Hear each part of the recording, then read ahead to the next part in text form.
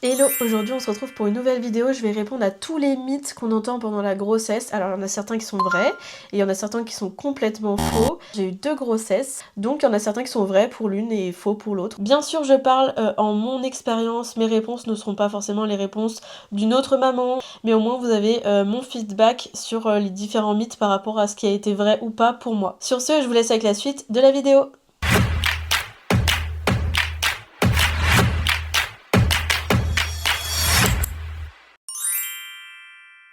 Le premier mythe, c'est je vais savoir immédiatement que je suis enceinte. Pour mon premier, si j'avais pas eu de symptômes, j'aurais jamais su que j'étais enceinte. Pour ma deuxième, par contre, j'ai eu un pressentiment, j'avais aucun symptôme, rien n'était fondé, mais je me sentais différente et je me suis dit, allez go, je vais faire un test. Donc je dirais vrai et faux. Ensuite, on entend souvent, dès le test positif, je vais pleurer de joie. Alors pour mes 2 tests de grossesse positifs, je n'ai pas pleuré ni pour l'un ni pour l'autre. J'étais extrêmement stressée pour le premier, extrêmement contente pour la deuxième, mais voilà, je dirais faux parce que j'ai pas pleuré. On se sent prête à être maman dès la grossesse. Alors je vais parler que pour ma première grossesse parce que pour moi, pour la deuxième, on est forcément prête à être maman. Après, c'est est-ce qu'on est prête à être maman une deuxième fois, c'est un autre sujet. Sur l'annonce pour mon premier, non. Je me sentais capable, je pense au fond de moi, mais je me sentais pas forcément prête. Et c'est vrai que c'est difficile d'être prêt à un truc qu'on n'a jamais expérimenté, qu'on n'a jamais testé. Donc je pense que majoritairement, ce serait faux.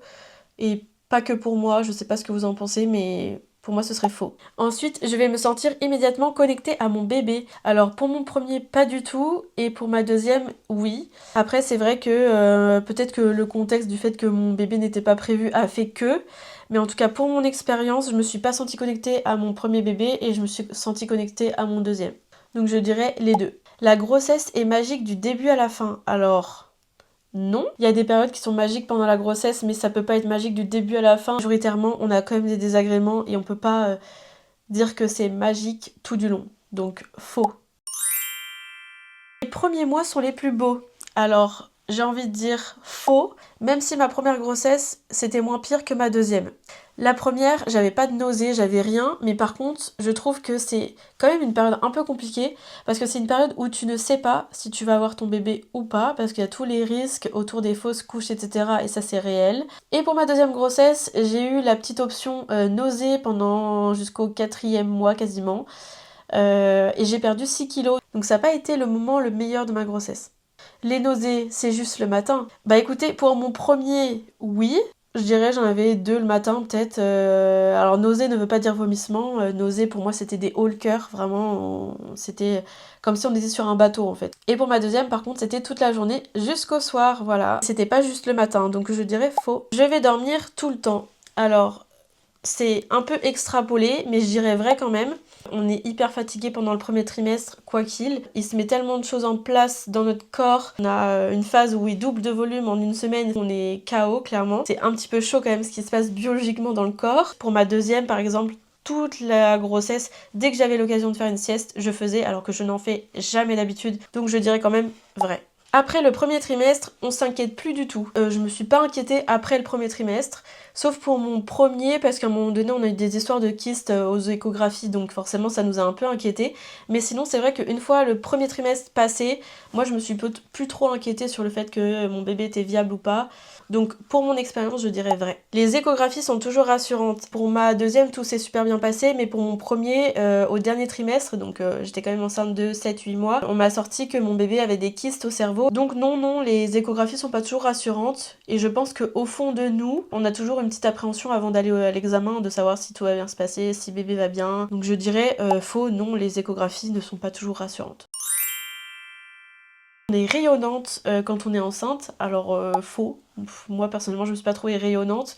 Je me suis pas trouvée plus ou moins belle que d'habitude. Peut-être un petit peu moins pour ma fille parce que j'ai eu le masque de grossesse. On dit souvent que quand on attend une fille, elle vole un peu la beauté de sa maman. Il y a un petit peu de boutons partout autour de la bouche là et sur le bas du visage. Mes cheveux seront magnifiques. Moi personnellement j'ai pas eu de changement que ce soit pour l'un et pour l'autre. Voilà.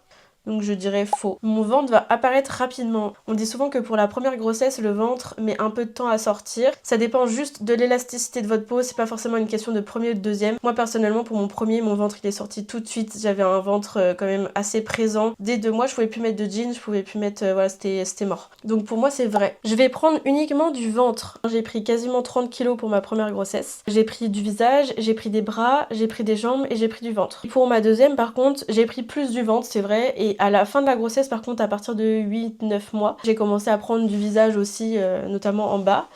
Donc pour mes 2 grossesses, je dirais faux.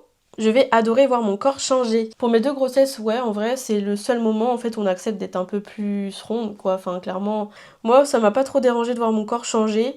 Ça a été plus difficile de voir mon corps après mon accouchement. Donc je dirais vrai. Beaucoup de brûlures d'estomac égale bébé avec beaucoup de cheveux. Pour mes 2 grossesses, j'ai eu des brûlures d'estomac. Pour mon fils, ça a été beaucoup plus tôt. J'ai commencé à avoir des brûlures vers 5-6 mois de grossesse. Et pour ma fille, ça a été vers 8 mois de grossesse. Et les deux sont nés avec des cheveux longs. Les femmes enceintes ont des humeurs incontrôlables. Alors incontrôlable, c'est peut-être pas le mot. Ouais, si, quand même, c'est le mot. Mais c'est pas tout le temps. Ou par exemple, je me souviens pour ma première grossesse, je ne sais pas ce qui m'a pris. On était allé dans un magasin d'une animalerie et j'avais fait une crise pour avoir un lapin. Alors qu'on avait déjà un lapin. J'étais en pleurs devant la dame.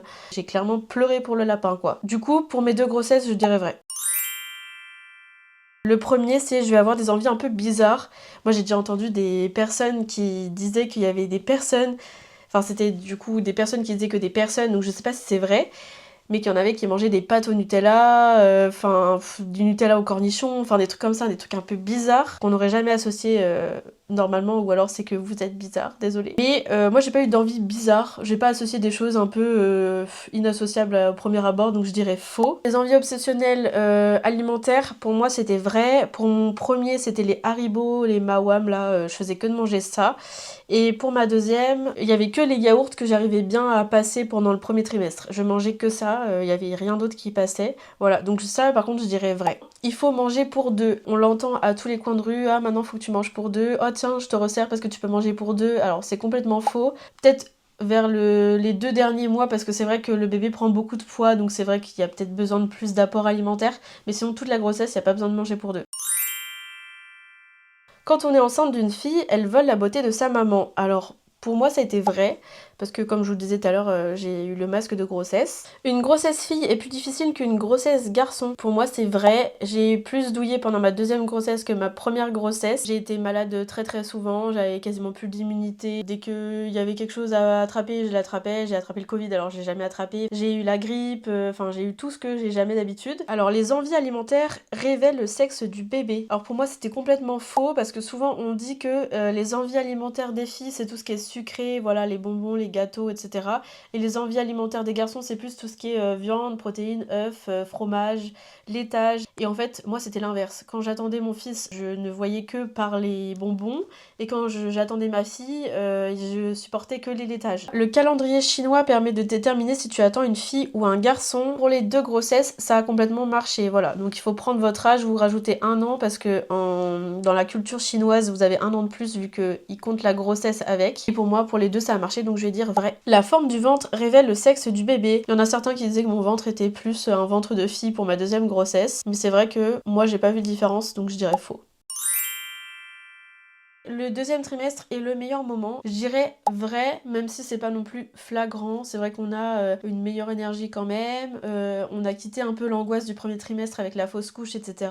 Et c'est le mois, le moment où on apprend le sexe du bébé, donc c'est vrai que c'est assez sympa. La grossesse passe lentement. Alors pour une première grossesse, oui, carrément, parce qu'on est tout le temps à regarder l'évolution jour par jour du bébé sur l'application, quel fruit il est, quelle taille il a. Donc c'est vrai que c'est hyper long. D'autant plus que au dernier mois de la grossesse, on nous dit qu'on peut accoucher à n'importe quel moment. Donc quand c'est ta première grossesse, on est encore plus en alerte sur le fait qu'on peut accoucher dans 1 heure, dans 2 heures, dans 2 jours ou dans 3 semaines. Donc il y a une certaine pression au fait d'être en alerte tout le dernier mois. Et du coup, c'est vrai que c'est quand même un petit peu long. Après, une deuxième grossesse, ça passe plus rapidement quand même si ça reste globalement quand même un petit peu long et qu'on a hâte que bébé arrive à la fin. On est déjà passé par là et on sait que ça va être long, donc on essaye de pas trop y penser relaxer et de profiter quoi. Les mouvements du bébé sont toujours agréables. J'ai globalement eu des mouvements quand même assez agréables. Après, c'est vrai que pour ma première grossesse, je me souviens d'un ou deux mouvements où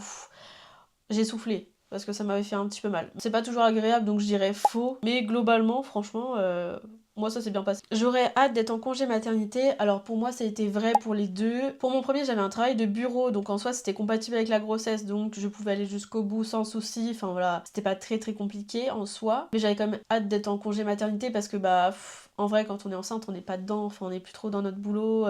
On pense à autre chose. On est dans la préparation de l'arrivée du bébé. Voilà, on n'est pas trop au travail psychologiquement. Et pour ma deuxième grossesse par contre j'avais clairement hâte à être en congé maternité. J'ai eu beaucoup d'arrêts maladie avant le fait d'être en congé maternité parce que j'avais un boulot qui était pas du tout compatible avec ma grossesse. Donc j'avais très hâte d'être en congé maternité. Je vais préparer la chambre très tôt. Alors pour mon premier, clairement là je vais vous désinfluencer. On était en appartement et on n'avait pas de chambre pour bébé donc on n'a pas fait de chambre. Clairement nous il est resté à dormir avec nous jusqu'à ses 6 mois. Moi c'est vrai que ça m'avait fait un petit pincement le fait de pas pouvoir la faire parce que c'est vrai que c'est une étape. Et ça fait toujours plaisir, mais faut aussi dire que ce n'est pas obligatoire et faut pas se mettre une pression non plus là-dessus. Et par contre pour ma deuxième, j'avais la possibilité de faire sa chambre, donc dès que j'ai pu la commencer, je l'ai commencée. Mais pour vous désinfluencer aussi, j'ai fini la chambre, elle était née, elle avait une semaine. Donc je dirais vrai, mais c'est pas obligatoire. Je vais tout anticiper parfaitement. Sur tout le plan organisationnel, les vêtements, le matériel de puériculture et tout, c'est vrai que pour mes deux grossesses, j'ai tout anticipé, je me suis renseignée pour les deux grossesses pareilles. Malgré le fait d'avoir un deuxième enfant, je me suis renseignée sur plein d'autres sujets. Je trouve que ça m'a donné encore plus envie d'anticiper parce que je savais justement par où j'allais passer. J'ai fait du stock, les vêtements, j'ai étalé les dépenses aussi parce que ça coûte cher. Donc je dirais vrai. J'aurai une valise de maternité prête des semaines à l'avance. Pour mon premier, j'étais plutôt à l'heure. Je crois que j'ai fait vers 35 ou 36 SA. On nous recommande d'avoir la valise de fête pour 37 SA parce que vu qu'on peut accoucher n'importe quand, je mets beaucoup de guillemets sur le fait de on peut accoucher des 37 SA. Oui, c'est vrai, mais c'est pas la majorité des femmes. Enfin, moi je me revois à ce moment-là pour ma première grossesse où j'étais en panique de me dire est-ce que je vais aller faire des courses parce que je vais peut-être perdre les os. Enfin voilà, faut pas s'arrêter de vivre. La plupart des femmes accouchent quand même proche du terme. À une semaine du terme, vous pouvez vous poser la question, à 37 SA, c'est quand même assez tôt. Mais par contre, pour la valise de maternité de ma deuxième, le contexte était un peu différent parce que j'ai fait une césarienne programmée à 38 SA plus 6 et j'ai fait ma valise de maternité à 38 SA plus 5, donc la veille. Donc faux. Pour ma première grossesse, je l'ai fait tôt et pour ma deuxième grossesse, je l'ai fait la veille. Je vais profiter à fond de la fin de grossesse. Alors si j'ai un conseil à vous donner, c'est essayer au max. Ouais, c'est dur parce qu'on n'en peut plus. Ma première grossesse, j'ai pas réussi à profiter à la fin parce que j'étais dans autre chose, j'avais juste envie, c'était qu'ils sortent. Je ne dormais plus, j'avais mal partout, je marchais quasiment plus parce que j'avais mal au bassin. Voilà, c'était un petit peu compliqué. C'est vrai que je regrette de pas avoir plus profité, plus pris de photos, plus écrit mes pensées. C'est vrai que c'était bien de garder des souvenirs. Pour ma deuxième grossesse, j'ai fait plus attention et j'ai profité de chaque instant jusqu'au dernier moment. Je prenais des photos, j'écrivais ce que je ressentais, etc. Et franchement, je regrette pas du tout de l'avoir fait, ça me fait plein de souvenirs et au moins ça garde ce moment magique suspendu à jamais dans mes carnets et dans ma galerie photo. Enfin voilà, c'est hyper important. Donc je dirais les deux, mais essayez quand même de profiter parce que ça reste un moment magique, compliqué mais magique, qui est un petit peu en suspens et ça n'arrive pas tous les jours. S'il y a des mythes auxquels je n'ai pas pensé, n'hésitez pas à me les mettre en commentaire, je vous répondrai. Comme d'habitude, si tu as aimé cette vidéo, n'hésite pas à lâcher un petit pouce, à t'abonner si c'est pas fait, et à activer la petite cloche pour avoir les notifications de la prochaine vidéo.